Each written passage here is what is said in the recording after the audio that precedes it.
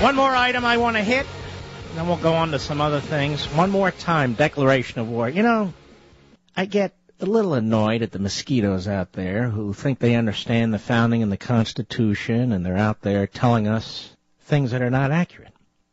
Some of the libertarians have the Constitution dead wrong, and some of the neocons have policy dead wrong. We've been involved in many military engagements. We've had very few declarations of war. And I'm including military engagements that were involved in by people you'd consider founders of this nation. It's because they never, ever required as a requisite to defending this country or even certain military actions of getting Congress's approval. But I'll expand that further when I come back.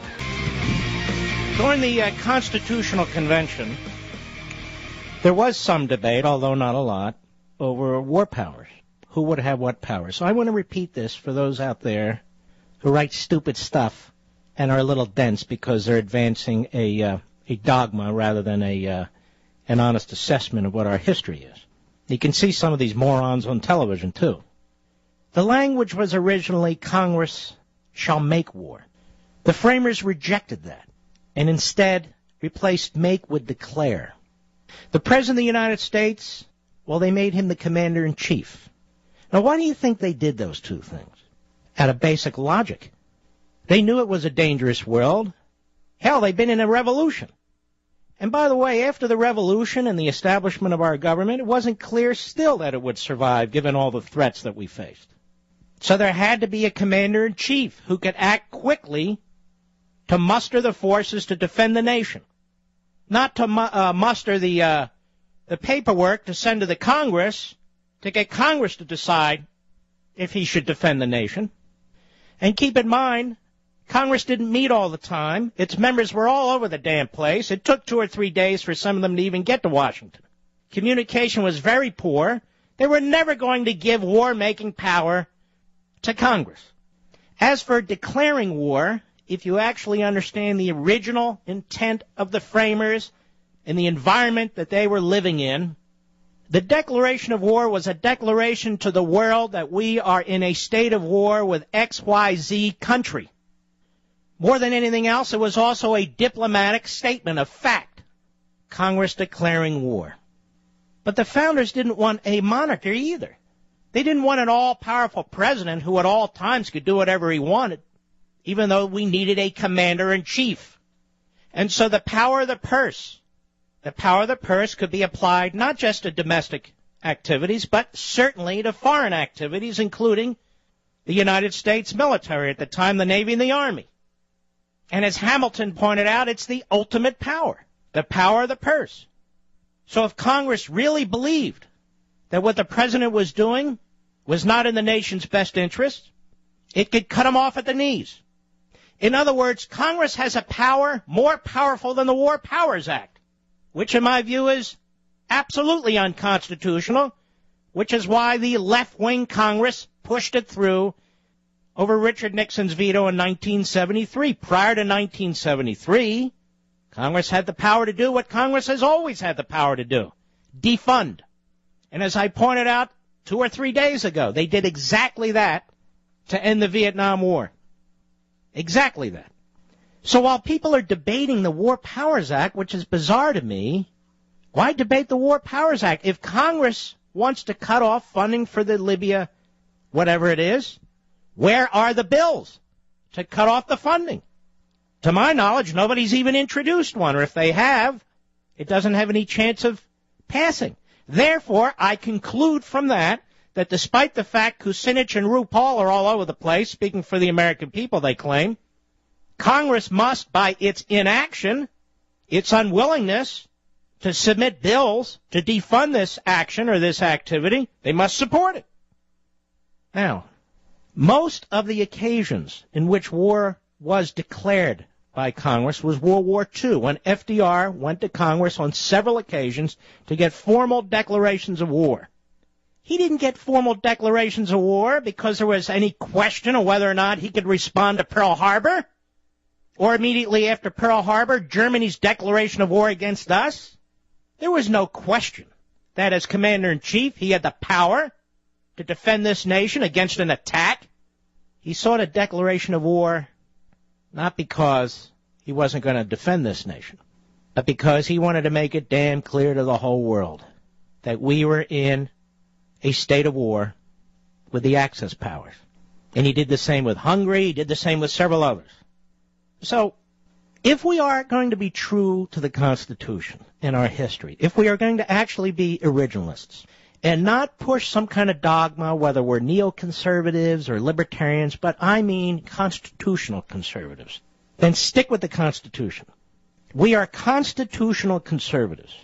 We're not pushing an abstraction like the democracy movement that those who propose and advance it can't even define it properly. Nor are we going to pretend against the language of the founders and against what they said at the Constitutional Convention that they were turning over war-making powers when they specifically did not to a bunch of members of Congress that can't even keep secrets. So I want to repeat something. I believe the neoconservatives, as they call themselves, are dead wrong in this abstraction that they're trying to advance, which they cannot even define in any coherent way. Every time there's an uprising, they claim credit for it for some reason, regardless of the outcome.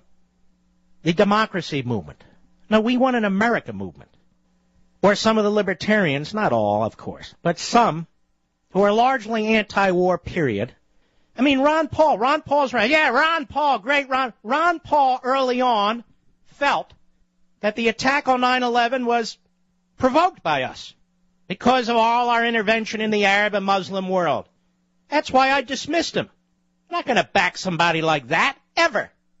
We didn't provoke a damn thing. Hate America first. No, I'm sorry, I'm not into that. So, and you think my view is odd, do you? Well, that's funny because every single president of the United States has embraced this view. Every damn one of them. From Reagan to Obama.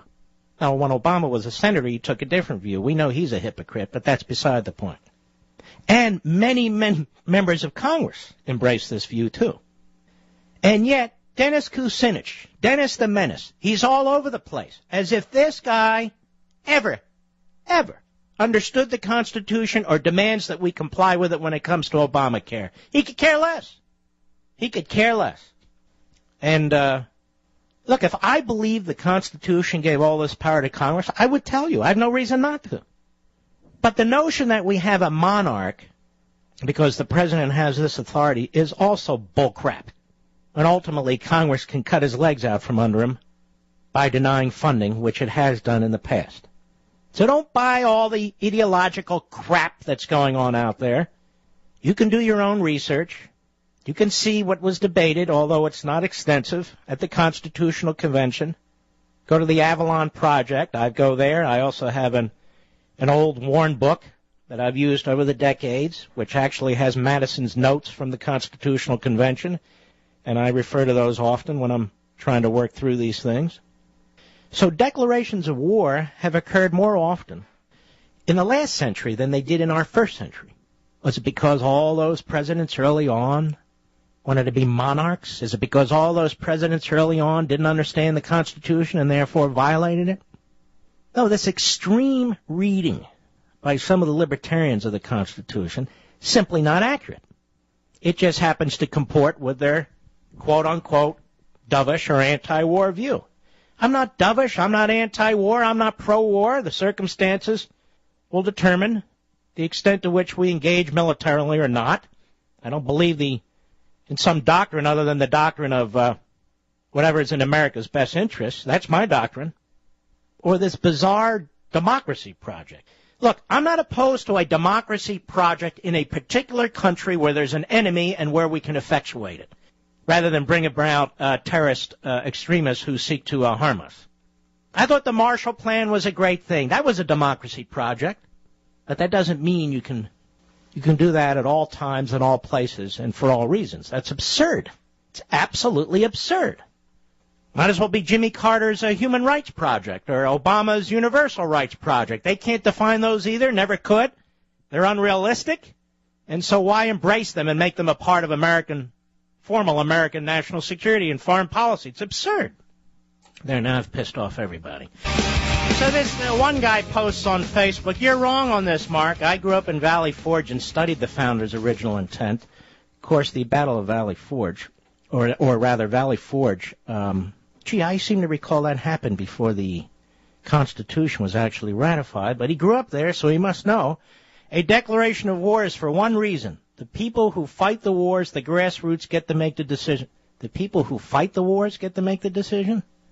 Do we take votes on this? Are we a pure democracy now? The confusion about this is appalling. Absolutely appalling. But don't worry, Obama's going to clear all this up. After this weekend, I don't know if he's playing basketball or golf or partying down or what the hell's going on, but he's going to wait till the weekend's over. And we have a special release from the Office of the Press Secretary of the President. On Monday, March 28 at 7:30 p.m. Eastern, the President will deliver an address at the National Defense University in Washington, D.C. to update the American people on the situation in Libya. And it goes on. Here's what's happened. Now that they have finally decided who's going to do what, to some extent, he's going to give a speech to the nation. A little late. I'm sure it'll be absolutely fascinating.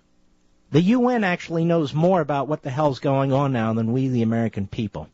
And I should tell you that I do believe a president should, wherever possible, whenever possible, and as much as possible, consult with Congress, because he needs Congress politically for support so he can have political support for the war effort. We'll be right back.